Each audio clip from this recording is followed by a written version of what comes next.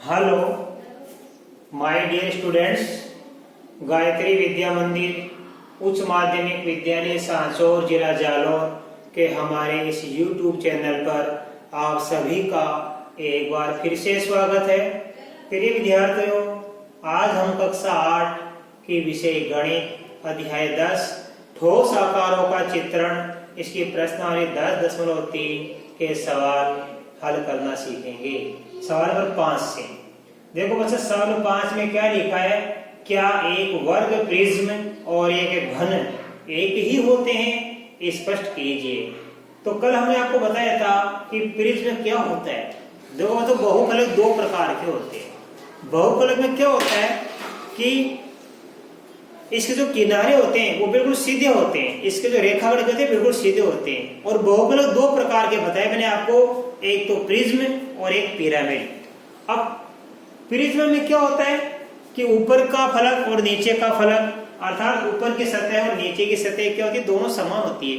नीचे त्रिभुजाकार है तो ऊपर भी त्रिभुजाकार बनेगा, ऊपर ये वर्गाकार है नीचे भी वर्गाकार बनेगा। तो ऊपरी सतह और नीचे की सतह क्या होती है, प्रिज्म में समान होती है, जबकि पिरामिड में ऐसा नहीं होता है। पिरामिड नीचे कोई भी मान लो एक वर्गाकार होता है, इसका आगे जिससे अपन ऊपर बढ़ाएंगे तो एक चोंच एक पॉइंट का रूप धारण कर लेता है। एक वर्गाकार प्रिज्म बनाएंगे हम, देखो जैसे मान लो ये हमारा एक स्क्वायर है, ये एक वर्ग है।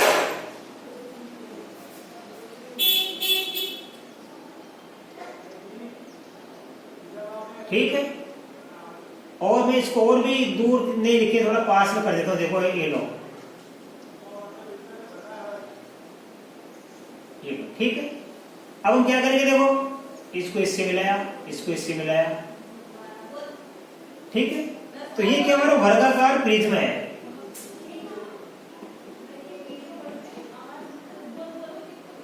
अब इसमें क्या देखो, ये नीचे का जो हिस्सा है ये फलक, ये ऊपरी फलक के बराबर है। जैसा ये वैसा ये दिख रहा है, बिल्कुल बराबर, ठीक है। और ये भी क्या है, बराबर इधर वाला। तो ये वर्गाकार प्रिज्म है। अब मानो यही देखो, मैं वर्गाकार जो हमने ऊपर नीचे इससे बनाए, मैं यहां बना रहा हूं।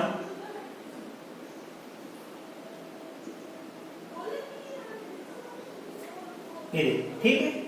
अब मैं थोड़ा इसमें क्या इसकी लंबाई बढ़ा दी। पहले क्या इसकी लंबाई चौड़ाई ऊंचाई तीनों समान ली मैंने। अब मैंने क्या इसकी लंबाई बढ़ा दी। तो देखो यहां से मान लो ये इसको मिलाया मैंने, ये इसको मिलाया मैंने। तो देखो ध्यान से, अब आपका कहना सही है कि ये ऊपर का पृष्ठ कैसा था, हमारा स्क्वायर था वर्गाकार, और ये भी इसका कैसा हमारा वर्गाकार, ठीक है। लेकिन अब हमारा क्या है, ये साइड वाला जो हिस्सा है, ये फलक है, ये वर्गाकार नहीं बना, ये रेक्टेंगुलर बन गया, यानी ये आयताकार बन गया। ऐसा में ये चार भुजा वाली आकृति बन गई बड़ी। तो यहाँ पे तो क्या है, ये सभी फलक समान हो गए। और यहाँ पे क्या है, देखो यहाँ भी क्या है, हाँ मानेंगे, ये तो ये भी वर्गाकार प्रिज्म है, ये भी वर्गाकार प्रिज्म है, बात आपकी सही है। लेकिन क्या है कि ये घन नहीं है, ये क्या है, घनाभ हो सकता है। ये क्या है, ये हमारा घन नहीं हो सकता, ये वर्गाकार प्रिज्म हमारा घन हो सकता है, क्योंकि इसमें लंबाई चौड़ाई ऊंचाई तीनों समान लिए हमने, और यह मैंने इसकी लंबाई बढ़ा दी। तो एक वर्ग प्रिज्म और एक घन एक ही होते हैं कि ये नहीं होता है। तो लिखेंगे अपन, इसका उत्तर लिखेंगे हम, नहीं यह एक घनाभ भी हो सकता है। इसका उत्तर लिखना। तो एक वर्ग प्रिज्म और एक घन क्या एक ही होते हैं? तो एक ये वर्ग प्रिज्म एक घन नहीं होता है, ये क्या हो गया, एक घनाभ हो गया। आए समझ में? तो ये एक वर्ग प्रिज्म और एक घन एक ही नहीं होते, यह क्या हो सकता है, एक घनाभ हो सकता है। ऐसे लिखना आपको। अब आप इसका स्क्रीनशॉट ले लीजिए, मैं आपको सवाल नंबर दूसरा छठा सिखाऊंगा। अब देखिए बच्चों, सवाल नंबर 6 क्या है, हमारे पास में दो ठोस आकृतियां बनी हुई है। इन ठोसों के लिए ऑयलर सूत्र का अपन को सत्यापन करना है। देखो कैसे करेंगे। हमारा ऑयलर सूत्र क्या होता है, हमने आपको लिखा था ऑयलर सूत्र क्या होता है, इस ओइलर सूत्र से होता है बच्चों a प्लस बी बराबर e प्लस 2, यानी इसके फलकों और शीर्षों का योग इसके किनारों से जोड़ से 2 के बराबर होता है। इनके फलकों और शीर्षों का योग इसके किनारों और 2 के योगफल के बराबर होता है। अब हम इसकी जांच करके देखेंगे। देखो बच्चों, ये हमारा ठोस है। देखो यहाँ पे कितने हैं, ध्यान दें। सबसे पहले 1 का पता करेंगे इस नंबर 1 के लिए। नंबर 1 के लिए पता कर रहा हूं, ये नंबर 2 हमारा। नंबर 1 के लिए पहले फलकों की संख्या देखेंगे, कितने फलक हैं। देखो बच्चों, हमारे पास कितना फलक है, 1 2 3 4। अब देखो ध्यान से, हमारे पास ये 1 2 3 4 तो है ही है, ठीक है। अब एक इसके पीछे का होगा, एक इसके पीछे का होगा, जैसा यहां बना है वैसा यहां बनेगा, और एक इसके पीछे का बनेगा, ठीक है। तो फलकों की संख्या कितनी हो जाएगी, 7। और इसमें बी शीर्षों की संख्या, देखो बच्चों, शीर्ष किससे कहते हैं कि जहां पे ये किनारे मिलते हैं, ये दोनों ये किनारे मिल गए यहां और यहां, 1 2 3 4 5 शीर्ष है, 6 7 8 9। आप ध्यान देना, ये 9 हो गए। अब देखो यहाँ पे ये 1 2 3 4 5 6 7 8 9 गए, और एक इसके पीछे का होगा, आए समझ में। तो किनारे कितने होंगे इसमें, ये शीर्ष कितने होंगे, 10 होंगे। अब शीर्ष 10 होंगे बच्चों, आप ध्यान देना, इसके बाद में किनारे क्या करना हमको, कि किनारे कितने होंगे। किनारे देखो 1 2, ये 1 2 3 4 5 6 7 8 9 10 11 12, ये 12 तो आपको दिख रहा है, ठीक है। अब देखो जैसे ये 5 है, ये 5 इसके पीछे होंगे और 5 इधर होंगे साइड में, तो कुल कितने हो जाएंगे। देखो ये 1 2 3 4 5 है, ये 5 ऊपर तो 5 ही नीचे होंगे, और ये 5 ही साइड में हो जाएंगे, तो कुल कितने हो जाएंगे, ये 15 हो जाएंगे। तो कुल कितने हो गए, 15। अब हम जांच करेंगे सूत्र से।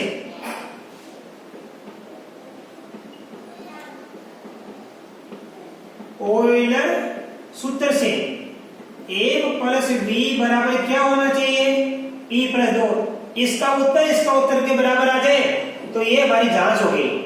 a का मान कितना है, 7, और b का मान कितना है, 10, e का मान कितना है, 15, ये 2 का 2, 7 10 जोड़ेंगे 17, 15 में 2 जोड़ेंगे 17, ये सत्यापित हो गया। ये क्या हो गया, हमारा सवाल सत्य हो गया बच्चों, राइट। अब देखो इसी प्रकार हम दूसरे जो ठोस है इसकी भी जांच करेंगे। अब देखो सबसे पहले इसमें ही पता करेंगे एक कितना है, फलकों की संख्या। देखो बच्चों ध्यान से, ये हमारे पास 1 2 3 दिख रहा है आपको, और एक 4। देखो एक तो यहां से लेके देखो ये फलक दिख रहा है आपको, 1 2 3 4, एक 5। अब देखो ये 4 है, इसके पीछे भी तो होंगे, ये देखो एक फलक घेरा, एक फलक घेरा, 2 3 4, और 4 इसके पीछे और एक घेरा 9, तो फलक कितने हो गए, फलक इसके 9 हो गए। अब इसके शीर्षों की संख्या, शीर्ष देखो 1 2 3 4 5 6 7 8 और एक 9, तो शीर्ष कितने इसके 9 है। अब देखो इसके किनारों का पता करेंगे बच्चों, किनारे कितने हैं। किनारे देखो यहां से 1 2, ये 3, ये 4 5 6, देखो 1 2 3 4 तो ये रहे, 4 ये 8 9 10, और ये हमारे पास भी क्या हो गया, 11 12 13 14, और ये 15 ये 16, तो किनारे कितने हो गए, 16 हो गए। अब सूत्र से जांच करेंगे, a का मान 9, b का मान भी कितना है 9, e का मान 16 प्लस 2, 9 9 हो गए 18, 16 में 2 जोड़ेंगे 18। इसका मतलब क्या हो गया कि ये भी ओइलर सूत्र से हमने जांच कर ली, सत्य है। आई बात समझ में। तो ओइलर सूत्र से हमने जांच कर ली इनके स्टोन्स के बारे में कि इनके फलक और यह शीर्षों का योग किनारे और 2 के योग के बराबर हो रहा है। अब इसका स्क्रीनशॉट लीजिए, आगे का सवाल सीखेंगे बच्चों।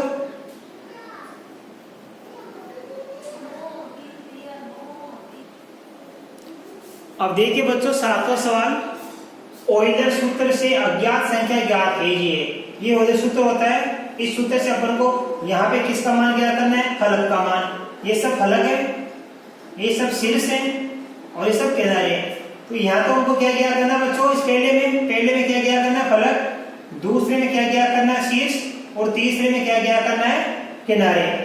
तो देखो नंबर एक में लिख दीजिए आप, एक का मान कितना है हमें ज्ञात करना है। तो एक की जगह एक, v का मान 6, e का मान देखो 12 प्लस का 2। तो देखो एक का एक बराबर का बराबर, 12 में 2 जोड़ देंगे कितना हो जाएगा, 14। देखो ये 12 और 2 14 हो गया। मैंने एक मैंने 6 नहीं लिखा, ये 6 का हो जाएगा पक्षांतर, इधर आ जाएगा। तो 14 में से 6 घटा देंगे हम, तो एक बराबर कितना बच जाएगा, 8। ये पहला हो गया। अब दूसरा देखो, दूसरे में हमारे पास एक का मान क्या, 5। तो एक की जगह क्या रखूंगा मैं, 5। v हमें ज्ञात करना है बराबर e का मान 9 प्लस का 2। तो तरीका वही है। यहाँ पे पहले में हमको देखो, पहले में क्या ज्ञात करना है, एक ज्ञात कर लिया। फिर दूसरे ज्ञात करना v का मान। तो एक का मान कैसे ज्ञात किया, इस v को इसमें से घटा देंगे। और v का मान कैसे क्या करेंगे, एक के मान को इसमें से घटा देंगे। देखो कैसे, 5 का 5 प्लस का v, 9 और 2 11। अब देखो v का v, इसको हो जाएगा पक्षांतरण। v का v बराबर 11 में से 5 घटा देंगे तो v बराबर कितना आ जाएगा, 6। आपको बता रखा है, एक फोर का होता है फलक, आए समझ में। और यहाँ पे शीर्ष को बोलते हैं v और किनारे को बोलते हैं e, एज। ठीक है। अब देखो इसी तरह से तीसरा में देखो हमारे पास वो सूत्र रहेगा, 1 प्लस v बराबर e प्लस 2। और ये सूत्र याद करना, ये यहाँ एक का मतलब होता है फलकों की संख्या, v का मतलब होता है शीर्षों की संख्या और e का मतलब किनारों की संख्या। अब मान रख दीजिए, देखो तो एक का मान कितना है, 20। और v का मान 12, e का मान हमें ज्ञात करना है प्लस का 2। 20 और 12 कितने हो गए, 32। और ये e प्लस 2। अब देखो e का मान क्या करना है, e के साथ ये प्लस वाली 2 संख्या जोड़ी हमने, इस 2 को हो जाएगा पक्षांतर। ये 32 का 32, 2 इधर बढ़ा देंगे, 2 इधर आ गया तो माइनस का, ये e का e। तो 32 से 2 गया 30 बच गया, 30 बराबर e। या इसको ऐसा कर दो आप, e बराबर 30। एक ही बात है। तो इसमें किनारों की संख्या कितनी प्राप्त हो गई हमको, इसमें किनारों की संख्या को 30 प्राप्त हो गई। तो पहले सवाल में हमको फलकों की संख्या क्या करनी थी, जो कि 8 आ गया। दूसरे सवाल में हमको इसके शीर्षों की संख्या क्या करनी है, तो हमको 6 प्राप्त हो गया। पहले सवाल में फलकों की संख्या कैसे ज्ञात की, e प्लस 2 यानी किनारों और 2 का योगफल में से हमने शीर्षों की संख्या घटा दी 6। और दूसरे में हमें शीर्षों की संख्या का मान क्या करना है, तो हमने फलकों की संख्या घटा दी। तीसरे में हमें e का मान क्या करें, किनारों की संख्या। तो f और v को जोड़ के 2 घटा दिया हमने, तो 30 हमको प्राप्त हो गया। अब आप बच्चों इसका स्क्रीनशॉट लीजिए, इसके बाद सवाल नंबर 8 सीखेंगे।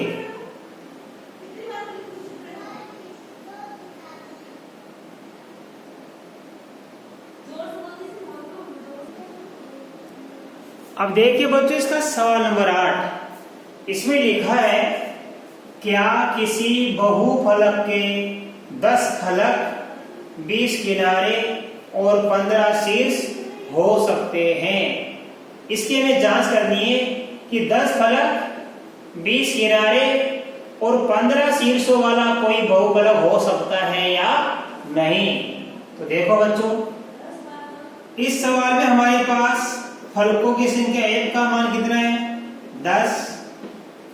किनारे को बोलते e का मान कितना है, 20। और 15 शीर्षों को बोलते हैं v का मान कितना है, 15। अब ओइलर सूत्र से हम जांच करेंगे बच्चों कि ये हो सकते हैं या नहीं हो सकते। पॉइजनस सूत्र से क्या होना चाहिए, a प्लस b बराबर होना चाहिए e प्लस 2, यानी इन फलकों की संख्या और शीर्षों की संख्या का योग किनारे और 2 के योग के बराबर होना चाहिए। तो हम सबसे पहले क्या करेंगे, 1 प्लस v का मान, हम इसका मान क्या करेंगे बच्चों, 1 प्लस v का मान क्या करेंगे। हम देखो 1 का मान कितना 10 प्लस v का मान कितना हमारे पास है 15। तो देखो 1 प्लस v का मान आ गया 10 और 15 कितना 25। तो इधर हमने ये 1 प्लस v का मान ज्ञात कर लिया, 25 आ गया। अब इधर इन दोनों का जोड़ भी कितना आना चाहिए, 25 आना चाहिए, तब तो हो सकते हैं, अन्यथा नहीं हो सकते। अब हम देखो ये e प्लस 2 है, इसका मान क्या करेंगे, e प्लस 2 का मान, e यानी किनारे, किनारे कितने 20, इसमें 2 जोड़ देंगे तो कितना हो गया 22। देखो हमारे पास में यहाँ पे हमारे पास में ये 1 प्लस v का मान कितना है 25, हमारे पास में e प्लस 2 का मान कितना है 22। तो ध्यान दीजिए इसका उत्तर और इसका उत्तर दोनों बराबर होने चाहिए, इसका दोनों का योग 25, इन दोनों का योग 22। ये 25 और 22 बराबर है क्या, नहीं है। तो लिखेंगे यहां इन दोनों का योग 1 plus v not equal e plus 2, ऐसे लिखना पड़ेगा। यानी इन दोनों का उत्तर इन दोनों के उत्तर के बराबर नहीं है। a प्लस v इधर लिख दिया, e प्लस 2 इधर लिख दिया, और बराबर होते तो मैं बराबर लिखता, ये दोनों उत्तर बराबर होते तो मैं बराबर लिखता। ये दोनों उत्तर बराबर नहीं है तो मैंने क्या लिखा, बराबर का चिन्ह लगा के काट दिया। यानी ये उत्तर और ये उत्तर बराबर नहीं है तो लिखेंगे इसलिए ऐसा बहुफलक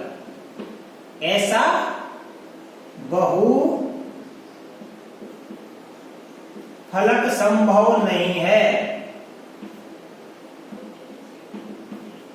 संभव नहीं है, ये हमने जांच कर ली। इसके साथ ही बच्चों आज हमारी 10.3 ये प्रश्नावली फिनिश हो गई है। अब अगली प्रश्नावली हम आपको अगले वीडियो में समझाएंगे, और मैं आशा कर सकता हूं कि आज बताए गए ये आपको 5, 6, 7, 8 चारों सवाल बड़े अच्छी तरीके से समझ में आ गए होंगे। धन्यवाद।